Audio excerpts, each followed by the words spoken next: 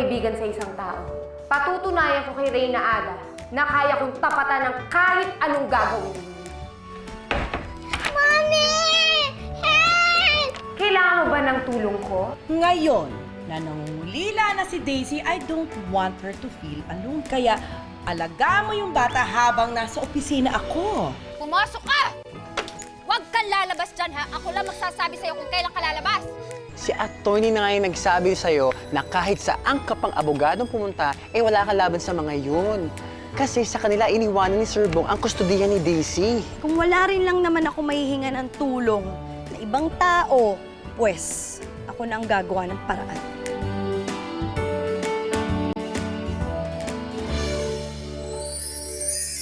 Hello, Lily. Kilala mo ako? Matagal na kitang pinagmamasdan. Ikaw ba yung invisible friend ni Daisy?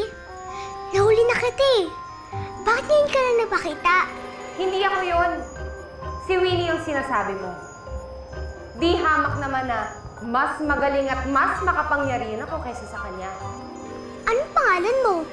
Ako lang naman si Reyna Min, ang namumuno ng kaharian ng Encantada. At pwede tayong maging magkaibigan. Wow! Big si friend na rin ako! Nakita ko kasi na magkaaway kami ni Daisy. Ito sa atin lang ha. Magkaaway din kami ni Winnie. Kaya pwede tayong maging magkaibigan.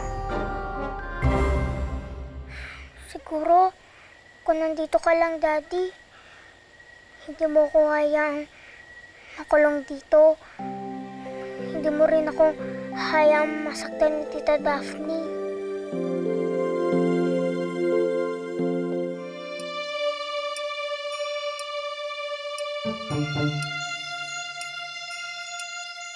Ah! May bisita pala tayo.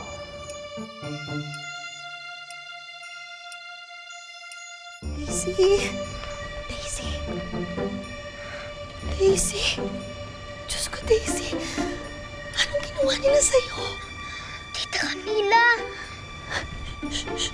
Huwag kang maingay. Tumawag sa akin si Mang Ador. Sinabi sa akin yung ginagawa sa'yo ng Tita Daphne mo. Alam mo, napakasama talaga ng tita mo na yan eh. Papakawalan niyo po ba ako? Oo, Daisy. Piniligtas kita. Sasama ka na sa akin. Iuuwi na kita. Sandali. Usog ka dun, usog ka. Alis ka, usog ka. Baka... Dali lang. Ayan. Ay. Anong gagawin natin, Tita Camila? Basta magtiwala ka na sa akin. Balik ka na. Bilisan natin. Oh, tawagin niyo ng mga bata na makakain na tayo. Lily! Lily, it's dinner time! Lily! Mami! Si Daisy! Minagtakas daw po sa kanya! May nagtakas. Ano? Minagtakas?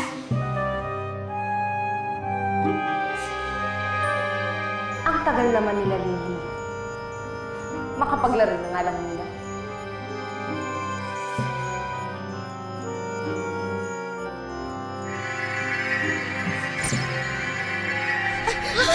Tita Camila! Daisy, halika, bilis! Daisy? Daisy, ay, Bitawan niyo ako! Ano bang ginagawa mo sa apo ko, ha? Kikidnapin mo yan, ano? Magpatago ng mga polis pa. Huli mo yung babaeng yan! tawan niyo nga ako. Huwag po, Mamo! Huwag niyo pa ipawali si Tita Camila. Wala naman po siyang ginagawang masama eh! Likurin mo na si Daisy, bilis! Hindi ka na! Daisy! Tita na! Daisy! Halika, Daisy! Tita Camila! Senyor, Tay! tama na muna yung paglalaro. Halika, tulungan mo ako magluto. Ang laki naman po ng nahuli niyo. Oo, muntik pa nga ako malunod dahil sa isdang to.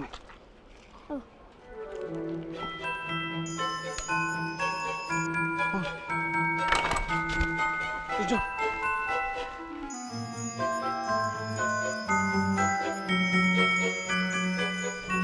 Ano yan?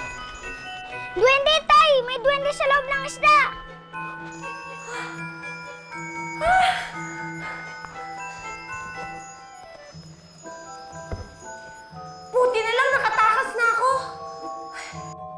Nagsasalita pa? Maraming salamat po, niligtas niyo ako.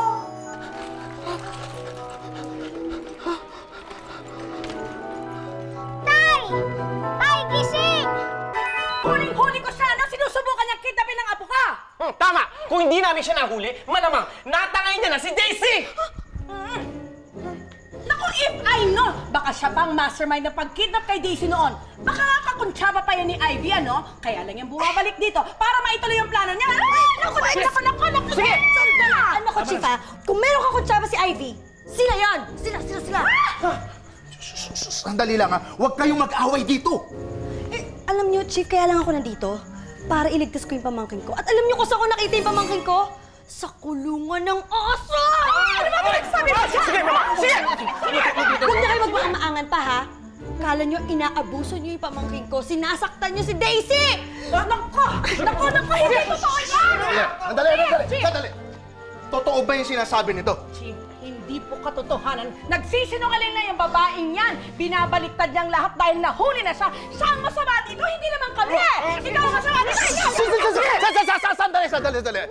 Bueno, isa lang ang pwedeng magsabi ng totoo dito eh. Kung sino talaga nagsasabi sa inyo ng totoo. Tita Camila! Wala na, Tita Camila mo. Ha? Wala na siya. Alam mo gagawin namin sa kanya? Ipapadampot namin siya. Ipapahuli namin siya tapos para mabulok siya sa kulungan. Huwag niyo ba ipakulit si Tita Camila? Too late na. Andiyan na yung mga pulis, ha? Andiyan na yung mga pulis. Dadamputin na, magaling mong tsahin.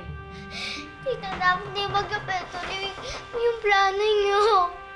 Huwag niyo pa ipakulit si Tita Camila.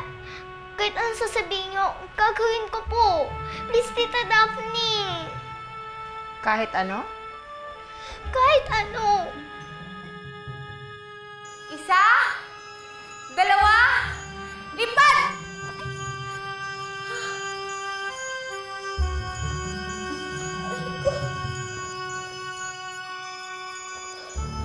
Paano naman ako makakalipad?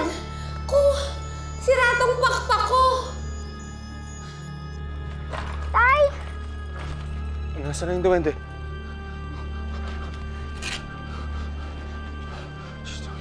Junior, huwag kang maingay. Ano pong plano niyo? Uulihin ko. Tapos ibebenta natin yan.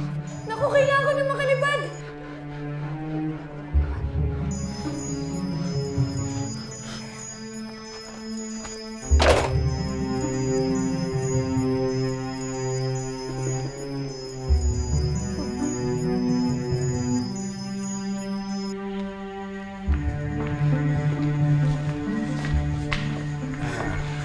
Hi, Daisy.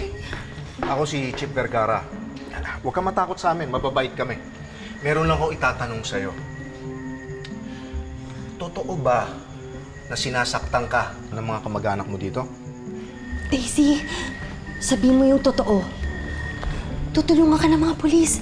Sige, huwag ka matakot. Daisy, uulitin ko uli ha. Totoo bang sinasaktan ka dito ng mga kamag-anak mo? Wala po, Chief. Hindi po ko sinasaktan ni Tita Daphne. Mahal na mahal nga po ka ni Tita Daphne.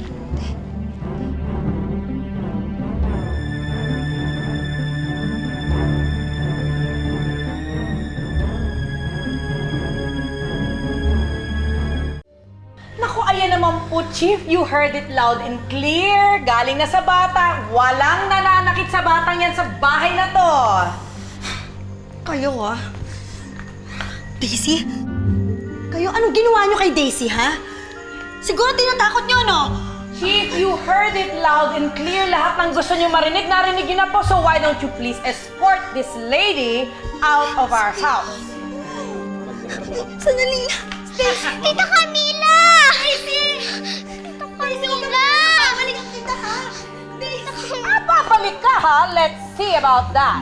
Mamo, saan po nila dadali si Tita Camila? Ay, naku, Daisy, alam mo, kami na ang bahala sa tita Camila mo, ha? Hindi naman kasi siya makukulong pero sisiguraduhin lang namin na hindi na siya makakaapak sa bahay na to, ha? O sige, alam mo, matulog ka na. You drink your milk first before going to bed, ha? Sige, good night. Sige, tulog na. Oh,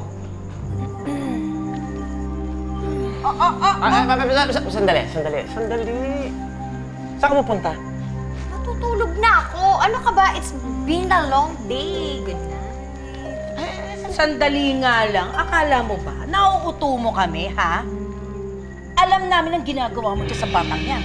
Pasalamat ka at nakagawa ka ng paraan para hindi tayo mabuking. Pero oras na mawala yung batang yan dito sa pamamahay na to, ikaw ang pakukulong namin! Next time kasi, isipin mo yung ginagawa mo.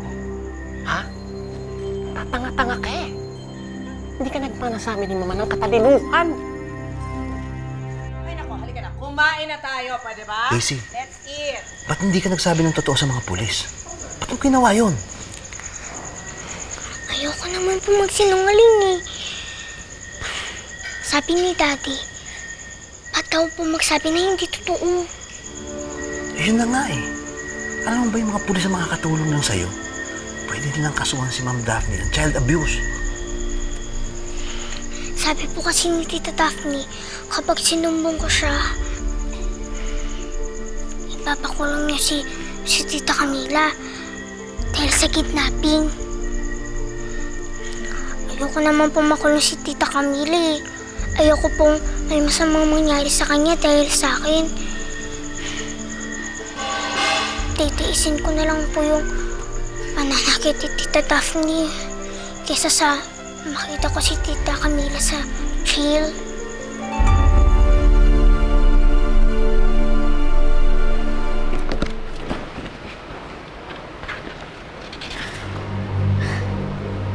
Temporary restraining order? Ano to, Atty.? Bakit ako meron ito? Nag-file ng TRO ang pamilya ni Daisy laban sa'yo. Ibig sabihin, hindi ka pwedeng makalapit sa bata within 50-meter radius. Ang kapal talaga ng mga mukha ng mga yan, no? Sila ang nanakit kay Daisy.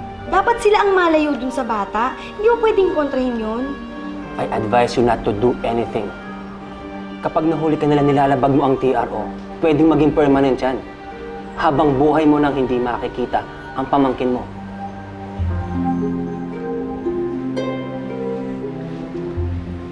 Camila, if you think about it, mas okay na rin na ganito yung ginawa nila. Pasalamat na nga tayo na hindi ka nila dinamanda ng trespassing or child abduction. Besides, temporary lang naman to, di ba? After a month, makikita mo na ulit si Daisy. A month? Matagal yung isang buwan. Paano kung saktan nila si Daisy? Alam mo kung buhay lang si Bong, hindi sana mangyayari lahat to eh.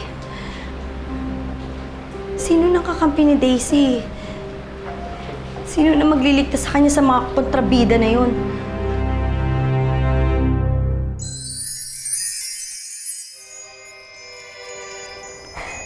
Kakapagod palang lumipad buong araw. Buti na lang andito lang ako sa loob ng bahay. Asan kaya sina Daddy Bong?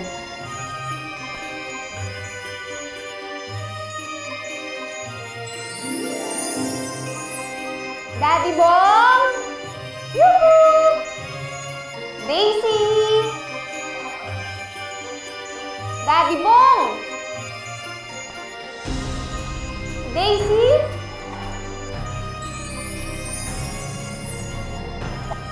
Asan kaya sila? Alam ko na! Winnie! Mahal na Reyna, nananaginip ko kayo. Alam ko, Annie. At isa itong napakagandang panaginip. Alam ko hindi niyo sabihin. Nakita ko si Winnie. Buhay siya. Buhay ang itinakda. Talaga ho? Asan ho siya? Hindi ako pamilyar sa kanyang kinalalagyan. Lipad lang siya ng lipad. Tila meron siyang hinahanap. Hindi kaya tayo ang hinahanap niya? Baka gusto niyang bumalik sa kaharian.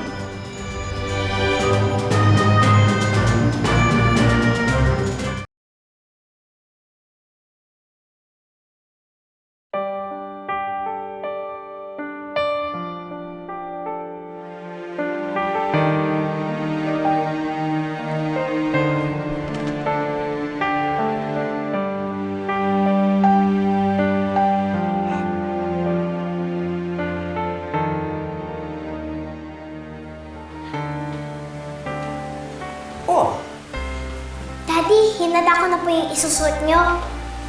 Eh, bakit yan ang hinanda mo? Di ba pupunta lang tayo kay Tita Camila mo? Bagay po kasi yan sa inyo. Mas lalo kayong bumugwapo. O, talaga namang bolera tong anak ko? Misa-misa kita, Daddy.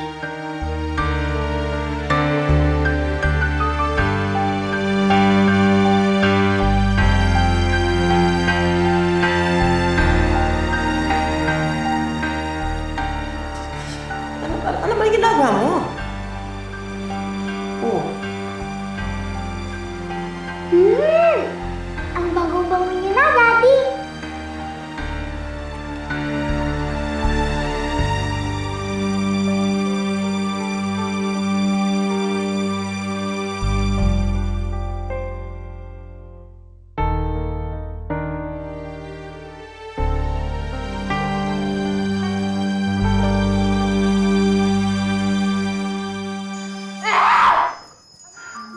Mahal na Reyna, ano ho ang problema? Si Winnie! Isa siyang malaking problema. Napanaginipan ni Ada na magbabalik na siya dito. Kumalma lang ho kayo. Hindi pa naman tayo nakakasigurado. Baka naman po nagkakamali lang ang dati nating Reynang Ada. Ano gusto mong gawin? Tumunga ka hanggang bumalik yung itinakda? Matagal na siyang nawala. Hindi niya na kailangan bumalik! Kung ganon, ay dapat ho gumawa kayo ng paraan. Dapat mapigilan si Winnie. Ano po ang pinaplano niyo?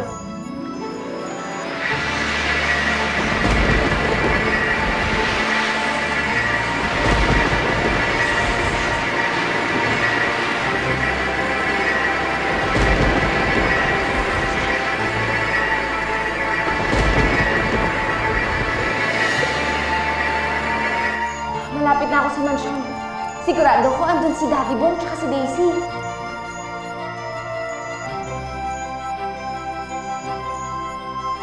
Daisy! Nandiyan na ako, hintayin mo ako, ha? Ay!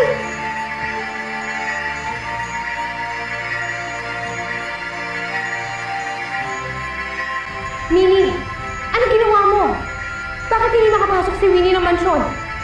Gumawa ako ng isang force field na pumapalibot sa buong mansyon. Isang harang na pipigil kay Winnie para makabalik dito.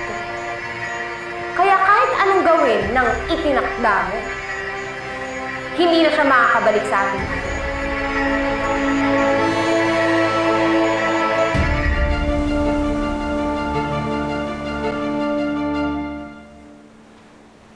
Grabe, Tay. Sikat ka na. Usap-usapan yung interview mo dun sa reporter.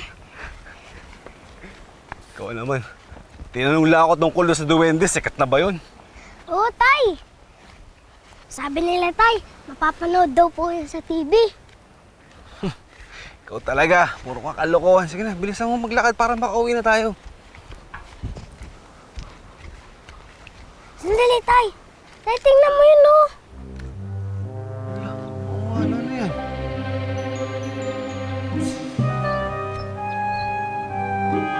Uy, Junior! Sandali! Huwag mo hawakan! Eh, baka mamaya may laso niyan eh. Kadiri. Sandali! Tabi ka dyan, tabi!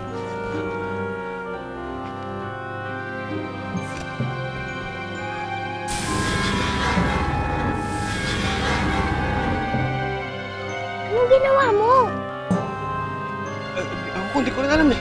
Halika na, bilis! Utak mo!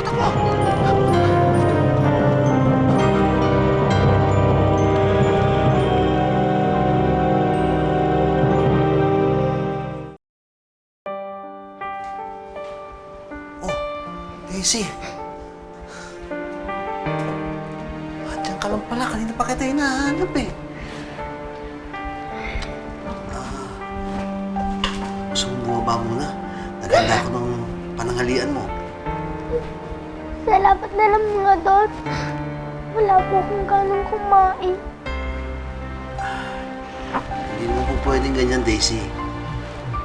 Kailangan kumain ka para magkaroon ka ng lakas. Okay lang po kahit magutom ako. Mas mabuti nga yun eh. Namamatay na lang ako. Para masama-sama na lang kami ni Mami at Daddy sa heaven. Daisy, huwag kang ganyan, ha? Alam ko namimiss mo ang daddy mo. Namimiss ko rin siya, eh. Pero porke wala na siya rito, hindi ibig sabihin na natitigil ang buhay natin. Kailangan maging matatag tayo. Kailangan tanggapin natin na wala na si Sir Bong at hindi na siya babalik.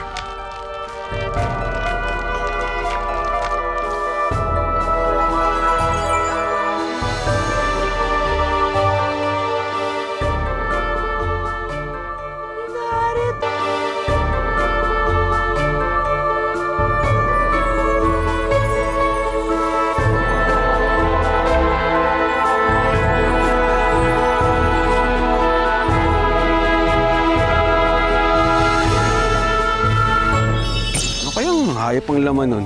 Hayop? Baka alien. Tinanong ko kung meron bang paraan para mailipat yung pangangalaga ni Daisy. Pwede daw. Basta kailangan daw meron akong ebidensya, isang malakas na ebidensya na ihaharap sa korte. Sabi po ng friend ko, nasa labas na ulit ang bahay ni Tita ni Daisy. Sino ba yung kaibigang sinasabi mong yan? Ito po, oh. Sino kayo? Nasaan ako? Ano ginawa niyo sa akin? Hindi naman kami masamang tao eh. Ano palang pangalan mo?